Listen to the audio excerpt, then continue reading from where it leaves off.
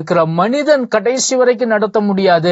ஆனா அழைத்த தேவன் உங்களை கடைசி வரைக்கும் நடத்துகிறவராய் இருக்கிறார். மனிதன் சொல்லுவான், உங்களுக்கு அழைப்பில்லைன்னு சொல்லுவான், நீங்க ஏன் ஊழியம் செய்றீங்க, ஏன் இப்படி பண்றீங்கன்னு சொல்லுவான். ஆனா கர்த்தர் சொல்லுவா, இல்ல, உன்னை அழைத்த தேவன் நான் உண்மை உள்ளவனாய் இருக்கிறேன், உன்னை தெரிந்து கொண்ட தேவன் நான் உண்மை உள்ளவராய் இருக்கிறேன், உன்னை கடைசி வரைக்கும் நடத்துகிற தேவன் நான் உண்மையாய் இருக்கிறேன் என்று சொல்லி கர்த்தர் சொல்லுகிறார். அநேக நேரங்களில் நம்ம ஆண்டவர் விட்டு வழி விலகி போவாங்க. ஒரு சின்ன காரியங்கள் வரும் பொழுது, சின்ன பாவ காரியங்கள் வரும்போது, உலக காரியங்கள் வரும்போது வழி விலகி போவோம். ஆனா வழி விலகி போனா மனிதன் சொல்லுவான், இவன் வழி விலகி போவான், இவன் எழும்பி நிற்க மாட்டான்னு சொல்லுவான். ஆனா கர்த்தர் சொல்லுவா, இல்ல, நீதிமான் 7 தரம் விழுந்தாலும் அவன் எழுந்திருப்பான், அவன் எழுந்து ஓடுவான். அழைத்த தேவன் நான் உண்மையுள்ளவர், அழைத்த தேவன் நான் உண்மையுள்ளவர், நான் உன்னை நடத்துவேன் என்று சொல்லி கர்த்தர் சொல்லுவா. அதுதான் என் தேவனுடைய வல்லமை, அதுதான் என் இயேசுவின்